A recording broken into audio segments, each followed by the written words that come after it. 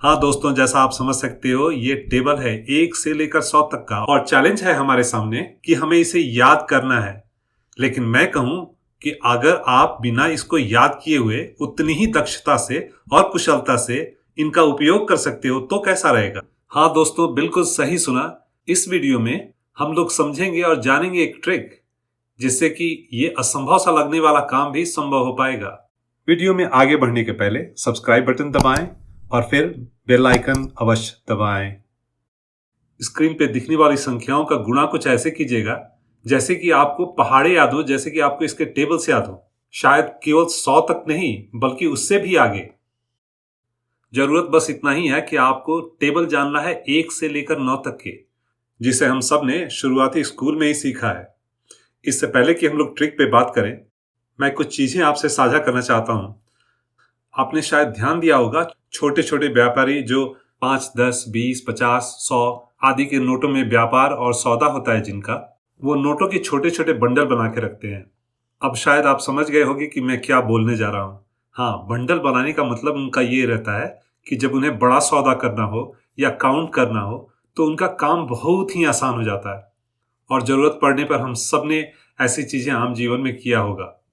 इन सारी चीजों को भी अपनी प्रेरणा मानते हुए भरपूर यूज करेंगे इसका भी अपने कैलकुलेशन में। दोस्तों, मानो ये सारी संख्याएं दी हुई हैं और हमें ये दिया गया है इनका योग करने के लिए। क्या हम उन छोटे व्यापारियों से कुछ प्रेरणा ले सकते हैं और इन संख्याओं को नोटों की तरह देखें और फिर इन नोटों से यानी कि संख्याओं से उसी तरह से बंडल बनाएं? जैसे ये संख्या 476 है, 500 के आसपास है, बस 24 हमें मिलाना है और ये 500 बन जाएगा।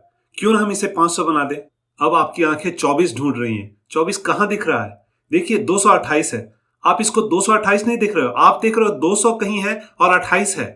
आप सीधे इसमें से 24 निकालोगे और फिर 204 छोड़ के और 476 को 500 बना दोगे। ठीक ऐसे ही वो छोटे व्यापारी नोटों का बंडल बनाते हैं। ये 103 है। मेरे माइंड को ये 100 और 3 दिखाई दे रहा है। 103 नहीं दिखाई दे, 100 और 3, तो क्यों ना इसको 100 और 3 ही कर दें और 3 बचा तो 47 में जोड़ दें, बन गया 50।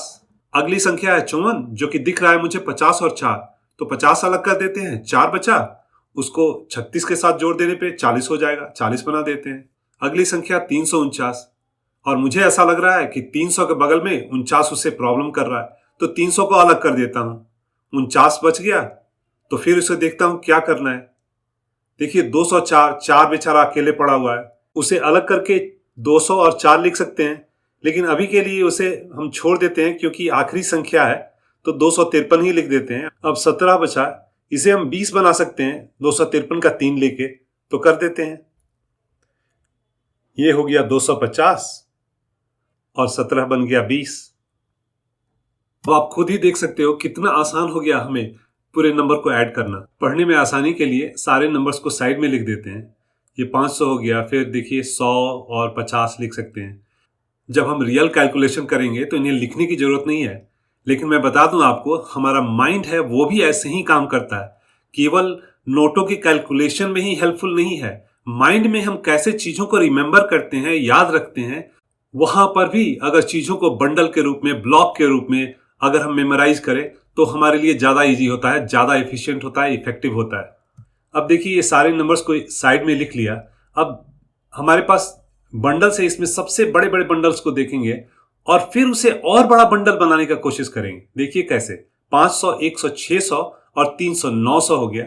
900 देखते ही आपका माइंड बोलेगा कैसे इसे 1000 बनाना है, स्वतः 100 की खोज करने लगेगा। देखिए 50, 50, 100 हमें दिख रहा है। ये देखिए ये 100 हो गया और तीनों को मिला के हमारा नंबर हो गया 1000।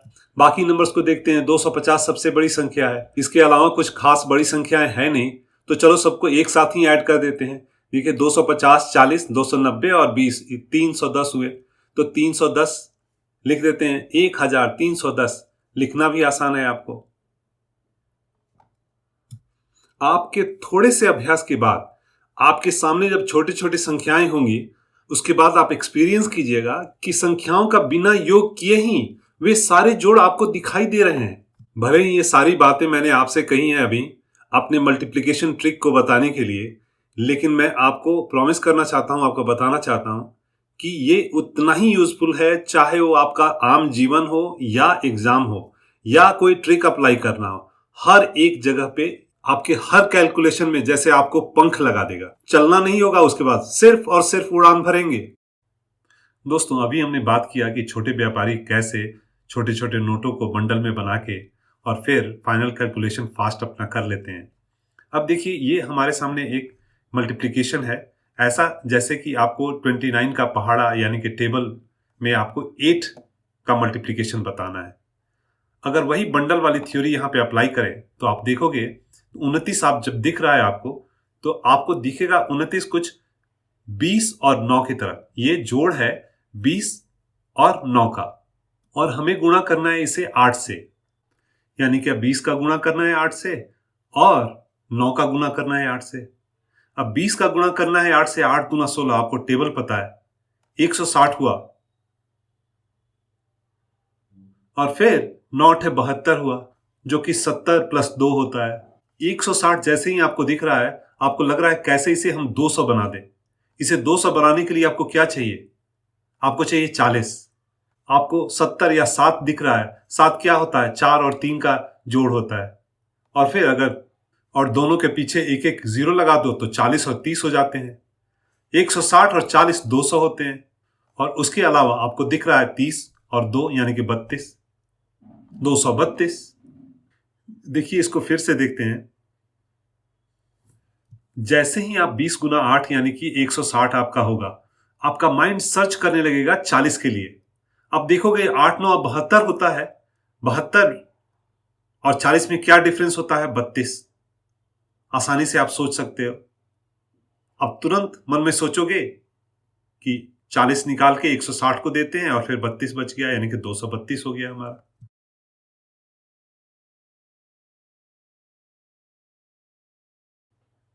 अगले नंबर्स को देखते हैं। 89 इंटू 9, 89 गुने 9। 89 80 और 9 का जोड़ है। गुना करना है हमें 9 से।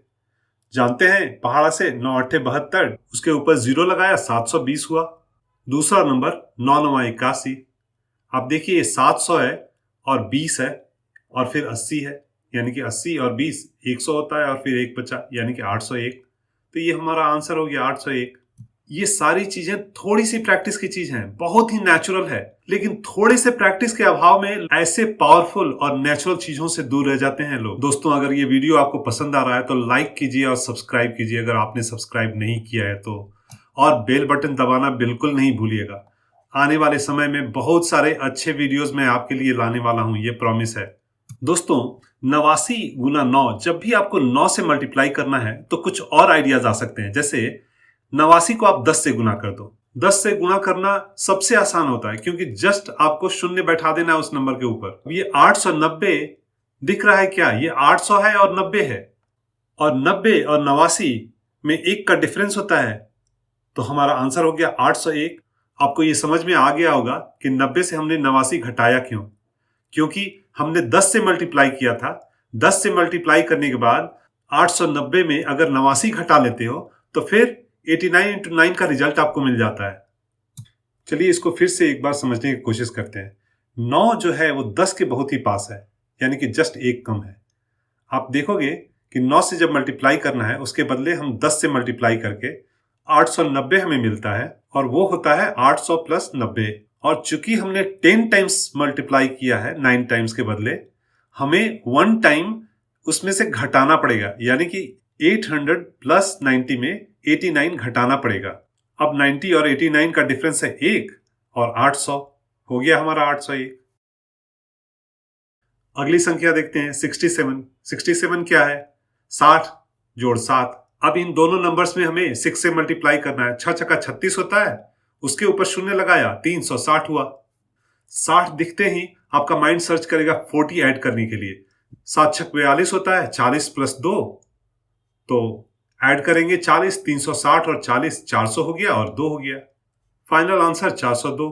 अगला नंबर बहुत ही आसान है, लेकिन बहुत सारे हम लोगों में से 20 तक का टेबल याद नहीं रहता है। ऑब्वियस है कि जब हम बड़े प्रॉब्लम को सॉल्व कर पाते हैं तो ऐसे छोटे प्रॉब्लम तो बिल्कुल ही सॉल्व हो पाएंगे। चलिए एक एग्जांपल लेकर देख लेते हैं ऐसे। तो 18 नंबर बना 10 और 8 से, तो 10 8 80 और 8 8 64। 80 को हमें 100 बनाना है, 64 से 20 ले लेंगे, उसके पास 44 बचेगा। इस तरह से बनेगा 80 और 20 100 और बचेगा 44। दोनों को फिर से मिला के हो जाएगा हमारा फाइनल रिजल्ट 144। अगर इस प्रॉब्लम को आप दूसरी तरफ से सोचो, क्योंकि 8 10 के बहुत ही पास है, तो आप 18 को 100 से मल्टीप्लाई करोगे 180 होगा, और फिर आपको घटा देना है उसमें से 18 दूना 36। 36 क्या है? 40 के आसपास है, तो 180 में से 40 घटाओगे तो आपको 140 होगा, और 36 और 40 का डिफरेंस 4 है, तो 4 लिख देंगे। इस तरह से भी 144 हुआ आपका। आपको पता चल रहा होगा कि हम लोग कर क्या रहे हैं। सारे नंबर्स को हम लोग राउंड कर रहे हैं और फिर छोटे छोटे नंबर्स को हम लोग प्लस या माइनस करके साइड में रख ले रहे हैं। सारी की सारी चीजें माइंड में चल रही हैं और ये डिफिकल्ट नहीं है। मैं फिर से रिपीट कर रहा हूं, ये डिफिकल्ट नहीं है, क्योंकि ये नेचुरल है। इंसान के लिए 2 पैरों पर चलना नेचुरल होता है, लेकिन फिर भी आप देखोगे माँ बाप बच्चे को प्रैक्टिस कराते हैं चलने के लिए। प्रैक्टिस ही इंसान को परफेक्ट बनाता है, चाहे वो चीजें नेचुरल हो या आर्टिफिशियल। चलिए अगली संख्या को देखते हैं। ये 94 गुना 6 100 के बिल्कुल पास है। 6 से सीधा 100 से गुना कर दो, 600 मिलेगा आपको। 100 और 94 का डिफरेंस होता है 6, उसे 6 से गुना कर देते हैं, 36 हो गया। माइनस कर देते हैं इसे। 36 को सोचोगे वो 40 के आसपास है। 600 से 40 को घटा दो, 560 हुआ, और उसमें फिर से 40 और 36 का डिफरेंस जो कि 4 होता है उसे जोड़ देते हैं, तो हो जाएगा हमारा 564।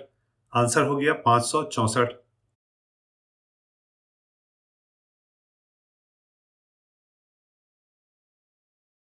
अगली संख्या देखते हैं। 87 गुना 6। 87 क्या है? 80 और 7 का जोड़ है, तो 80 यानी कि 8 8 6 48। 48 से 480 हो जाता है। बाकी अंक है 7 यानी कि 6 7 42, तो 42 जिसका मतलब होता है 40 प्लस 2। अब बचा 480 में 40 जोड़ना है। आप सोचोगे 40 के बारे में, क्या है ये? 20 और 20 का जोड़ है, ठीक है। तो 480 और 20 500 हो गए, और फिर बाकी बचा 20 और 2 22 हो गया। ये इस तरह से हमारा हो गया आंसर 500 और 22 यानी कि 522। अब ऐसा है, 2 अंकों की संख्याओं को तो हमने देख लिया, तो क्यों न 3 अंकों की भी संख्याओं को देख लें और टेस्ट कर लें। विश्वास करें कि 2 अंकों के प्रैक्टिस के बाद 3 अंकों का भी प्रॉब्लम उतना ही आसानी से आप सॉल्व कर सकते हैं। अभी देखिए 8 7 56 होता है, 5600 लिख दिया इसको, क्योंकि 100 है, ये 800 है, और फिर 70 है, ये 870 प्लस 7 है। 7 7 49 होता है, उसके ऊपर शून्य लगाएंगे तो 70 गुने 7 का रिजल्ट मिल जाएगा मुझे, जो कि होगा 490। और 490 क्या होता है? 400 जोड़ 90,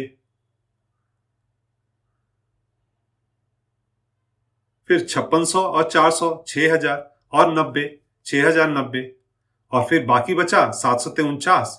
ऊपर 6090 है, तो 49 का 10 निकाल के उसमें ऐड करेंगे और फिर बचा 39। 90 10 100 हुआ, 6100 और 39 यानी कि 6139। देखो चीजों को शुरुआत में धीरे करो, कोई प्रॉब्लम नहीं है। धीरे करोगे क्लैरिटी रहेगा माइंड में, ऑटोमेटिकली आपका थोड़े से प्रैक्टिस के बाद स्पीड बढ़ते जाएगा। चलिए फाइनली एक और नंबर कर लेते हैं, लेकिन इसका मतलब ये नहीं कि आप अपने से इसको प्रैक्टिस नहीं कीजिएगा, आपको खुद भी प्रैक्टिस करना पड़ेगा। वीडियो जरूर देखिए, लेकिन आप प्रैक्टिस भी खुद से कीजिए। तो चलिए शुरुआत करते हैं। 5 7 35 सीधे 350 होता है, लिख दिया 350। फिर 6 7 42 होता है, यानी कि 420 हो गया ये, तो लिख दीजिए इसको 400 प्लस 20, या दिमाग में सोच लीजिए 400 और 20 का जोड़ा है ये, ठीक है। और फिर 7 का 21, तो 21 हो गया। अब देखिए 35 4 29 होता है, आराम से आप सोच सकते हो कि 39 हो गया ये, 3900 हुआ। और फिर दूसरी तरफ से 21 और 20 41, लिख दिया आंसर आपने। इतना ही आसान है। बोलने में भले मुझे समय लगा हो, लेकिन आप प्रैक्टिस कीजिएगा, यूज कीजिएगा, तो इसका उत्तर आप ऐसे दीजिएगा जैसे कि आपको उसका टेबल याद हो। अगर आपको हमारा वीडियो पसंद आया हो तो सब्सक्राइब करें हमारे चैनल को और बेल आइकन दबाएं, जिससे कि भविष्य में आने वाले हमारे सारे वीडियो की नोटिफिकेशन आपको समय से मिल पाए और आप उसका लाभ उठा पाएं। धन्यवाद।